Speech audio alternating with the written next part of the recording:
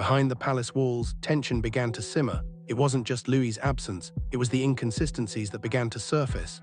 Leaked royal schedules revealed that Louis had originally been listed to attend several events, but those entries were quietly erased from updated versions.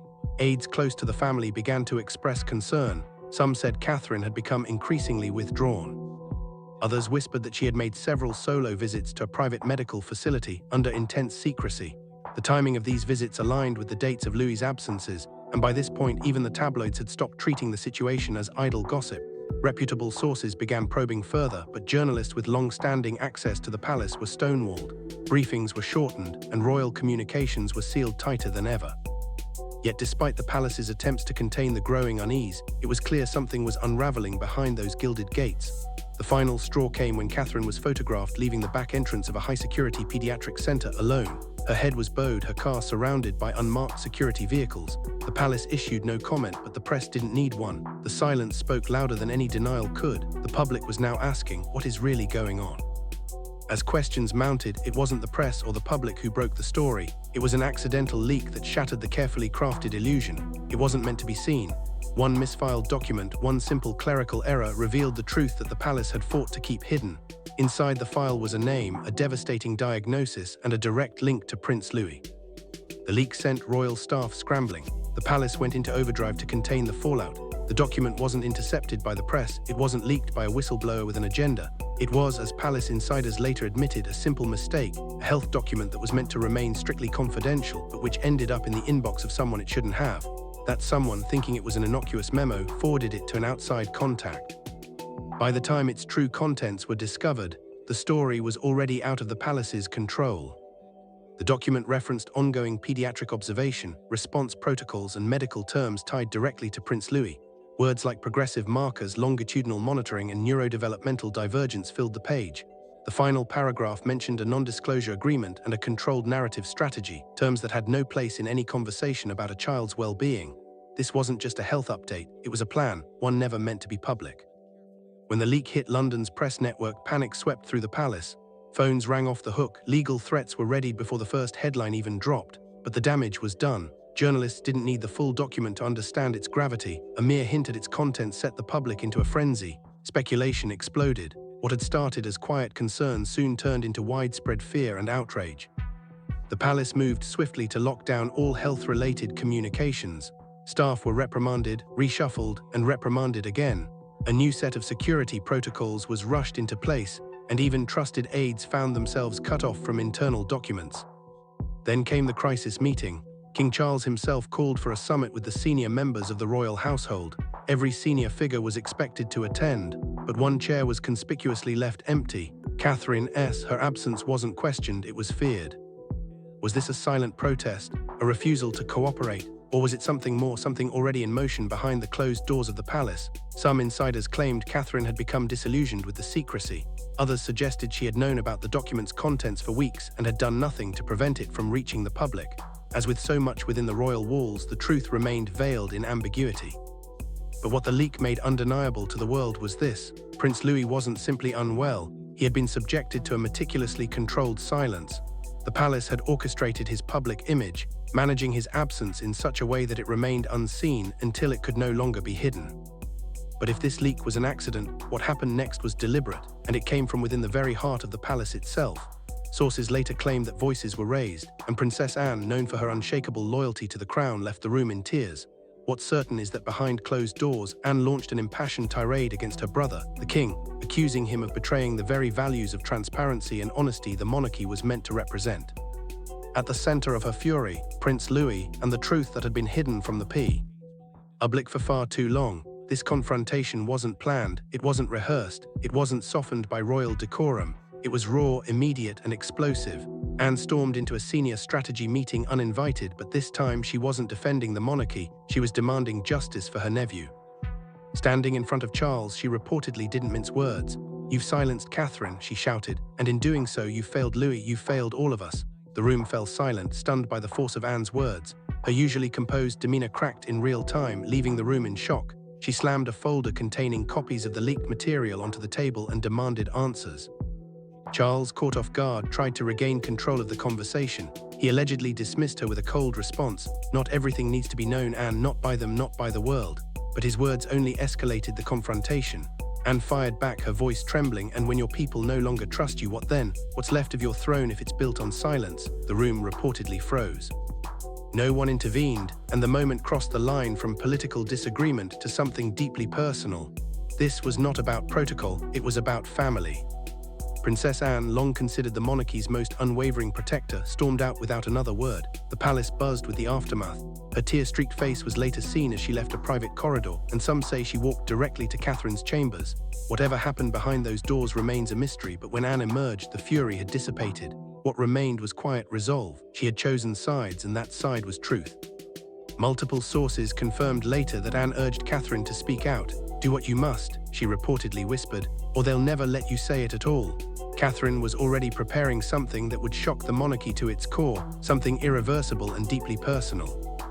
In a private drawer hidden beneath family photos, aides discovered a handwritten letter, one that William was never meant to read.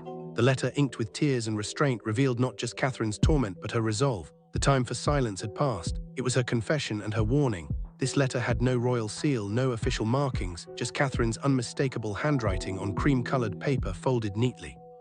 It was found by accident during a routine rearrangement of the couple's private quarters at Kensington Palace. The drawer was rarely opened, its contents deeply personal. At first, aides thought it was just a forgotten note until they read the opening line. "If you found this, then I never had the strength to say it aloud." The words that followed were a flood of grief, guilt, and love. Catherine poured herself into the page, revealing everything: how long she had known about Louis's condition, how fiercely she had fought behind closed doors, and how utterly isolated she had felt. She wrote about sleepless nights by his bedside, seeking second opinions and flying specialists in under pseudonyms. She revealed her personal torment of watching her son fade away while the world expected her to smile for the cameras. She didn't blame William, but she also exposed his breaking point. Behind closed doors, William had been crumbling, trying to maintain his composure while drowning in silence. Catherine wrote about his trembling hands, his sleepless nights, and the way he would sit beside Louis's bed at night, just to feel close to him. But even William, in all his strength, had deferred to the monarchy's machine. Aides who read the letter later said it wasn't written to spark a reaction. It wasn't a cry for help. It was an act of legacy. One line in particular shattered every heart that read it. "He is slipping away and they want me to smile." It captured the unbearable pressure Catherine had been under, expected to remain composed while her world fell apart. The letter was given to William days before Catherine's public statement. He was at Sandringham when he read it, seated in the very estate where he once played as a carefree boy. He didn't move for hours, he didn't speak. When he finally emerged, his face was pale, his expression hollow. No arguments were made, no confrontation took place, just understanding. And in that moment, something shifted between them. William stopped resisting the palace's plan. He stopped pushing back against Catherine's instincts. He stepped aside and allowed her to speak, because the letter hadn't just been a revelation of pain, it had been a final plea for truth. Behind the palace walls, tension began to rise. It wasn't just the absence of Prince Louis, it was the mounting inconsistencies that no one could ignore. Leaked royal schedules revealed that Louis had been originally listed to attend several key events, but those entries had mysteriously disappeared from view. P-dated versions, aides close to the family began voicing their concerns. Some whispered that Catherine had grown increasingly withdrawn, retreating further into herself. Others hinted at something even more secretive, that she had been making multiple solo visits to a private medical facility, shrouded in intense secrecy. The timing of these visits seemed to align perfectly with Louis's sudden and unexplained absences. By this point, even the tabloids, who had once dismissed the story as idle gossip, were beginning to take the situation seriously. Reputable sources, ones with long-standing access to the palace, started digging deeper, but they were met with nothing but silence. Journalists who had previously received royal briefings were now being stonewalled. Briefings were cut short, and the flow of royal communications was suddenly sealed tight, almost overnight. Yet, despite the palace's best efforts to contain the growing unease, it was becoming clear that something significant was unraveling behind those gilded gates. The breaking point came when Catherine herself was photographed leaving the back entrance of a high-security pediatric center. Alone, her head was bowed and her car was surrounded by unmarked security vehicles.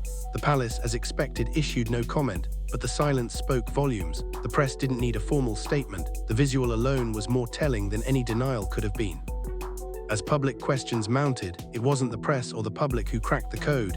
It was an accidental leak that shattered the carefully constructed illusion the palace had worked so hard to uphold. It wasn't meant to be seen. But one small misfiled document, one simple clerical error in the tightly guarded communication chain of the palace, exposed the truth they had fought so desperately to keep hidden. Inside the document was a single name, a devastating diagnosis, and a direct connection to the youngest prince. The leak sent royal staff into a frenzy. The palace quickly went into full damage control mode, but the file wasn't intercepted by the press. It didn't come from a whistleblower with an agenda. It was, as palace insiders would later admit, the result of a simple mistake. An internal health document that was meant to be strictly confidential had ended up in the inbox of someone it was never intended for. That person, believing it to be just a harmless administrative memo, forwarded it to an outside contact. By the time the document's true contents were discovered, it had already made its way into the hands of someone unwilling to remain silent. The document contained highly technical medical language, filled with terms like progressive markers, longitudinal monitoring, and neurodevelopmental divergence. These weren't just medical jargon, they were terms that directly tied to Prince Louis's health and well-being.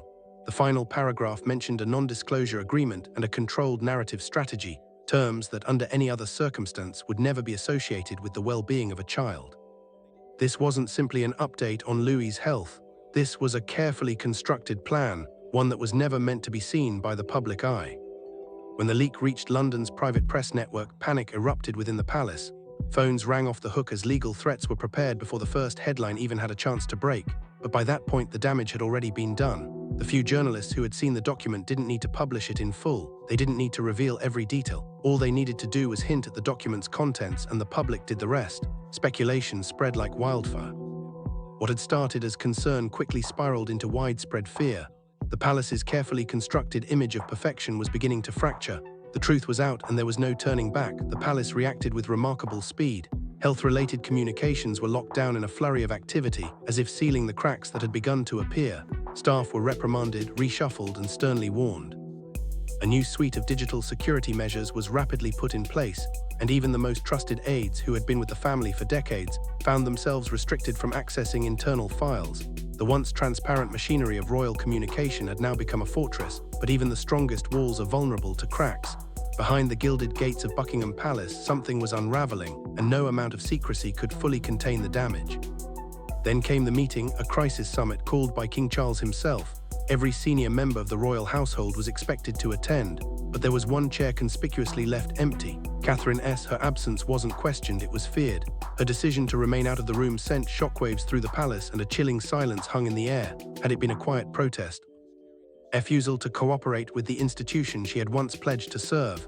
Or was there something deeper at play, something that had already been set in motion behind closed doors? Some insiders whispered that Catherine had grown disillusioned with the secrecy and lies surrounding the family. Others murmured that she had known about the leak for weeks, but had done nothing to prevent its circulation, allowing the truth to spill into the open when it was impossible to contain any longer. The palace had long been a place of guarded silence, where the public was kept at arm's length from the true happenings within its walls. But now, with Catherine's absence and the quiet turmoil that was taking place behind those carefully guarded gates, the truth was starting to seep through. The exact nature of her disillusionment remained unclear, hidden in the shadows of royal protocol, but one thing had become undeniable. Prince Louis wasn't just sick. His condition was part of a much larger, carefully managed narrative, one that had been deliberately constructed and tightly controlled by the monarchy's highest echelons. The question now, however, was no longer just about Louis's health. It was about who, inside the palace, still had the courage to speak the truth. Who, if anyone, was willing to break the silence that had bound them all for so long. But what came next after the leak was entirely deliberate, and it came from the very heart of the palace itself. Princess Anne, the monarchy's fiercest protector, whose loyalty had always been unwavering, was the one who would shatter the fragile peace that had settled over the royal household. Witnesses would later recount the scene, voices raised in anger, tension that had been building for years finally erupting in a raw, uncontainable fury. Anne, deeply emotional, was seen leaving the room in tears. But what happened inside that room, behind those closed doors, would change the course of everything. One thing was certain, Princess Anne's outburst wasn't just about protecting the monarchy, it was about defending her family. At the heart of her fury was Prince Louis, her beloved nephew, and the truth that had been hidden from the public for so long. The confrontation that followed wasn't planned, it wasn't rehearsed. There were no rehearsed speeches or carefully considered words. It was raw, unfiltered, and explosive. Palace aides who witnessed the scene later recalled that Anne stormed into a senior strategy meeting, uninvited and unrestrained. This time she wasn't there to defend the crown. She wasn't there to follow tradition or uphold the monarchy's reputation. She was there to demand justice for her nephew, to call out the lies and the silence that had allowed him to suffer in secrecy. She confronted King Charles directly, her voice trembling with the weight of her emotions. "You've silenced Catherine," she reportedly shouted, "and in doing so you failed Louis, you failed all of us." The words echoed through the room, landing with a force that no one had anticipated. The staff, the aides, those who had spent their lives in service to the monarchy were left stunned, paralyzed by the intensity of Anne's words. The powerful and stoic Princess Anne, who had always stood as the family's most reliable pillar, had finally cracked, and with it, the silence that had kept the royal family's secrets intact for so long.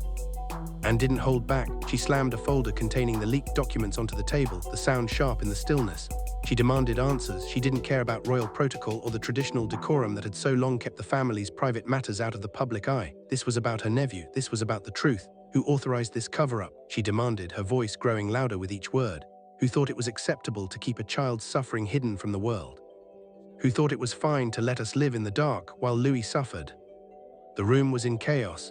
Aides exchanged stunned glances, unsure whether to intervene or leave the room entirely. The conversation had crossed the line from royal protocol into something more personal, more visceral.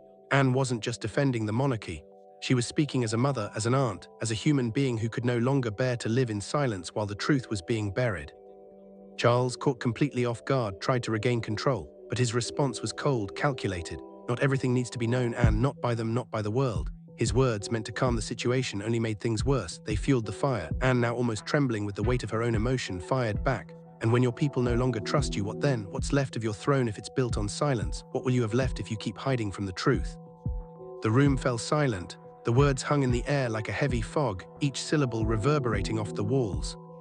No one spoke, no one moved. This wasn't just a royal confrontation. It was a sister, a family member, staring down a brother, a king, and demanding the one thing he had always promised: the truth. This wasn't about the monarchy's stability. This wasn't about protocol. This was about something more personal, more important. Anne had reached her breaking point. She had stood by the monarchy for years, watched it survive scandal after scandal, but now the very foundation on which it was built seemed to be crumbling. She wasn't acting as a royal anymore. She was acting as an aunt, a protector, and someone who refused to allow her nephew's suffering to be ignored any longer. And with that, Anne stormed out of the room, but the silence she left behind was deafening. It was a silence that no amount of royal power could fill. As Anne walked away, her tear-streaked face became a symbol of the quiet rebellion that had been growing inside the palace for years. She had chosen her side, the side of truth. She had chosen to speak up, no matter the cost. And she knew that in doing so, she had just ignited a spark that could change everything for the monarchy.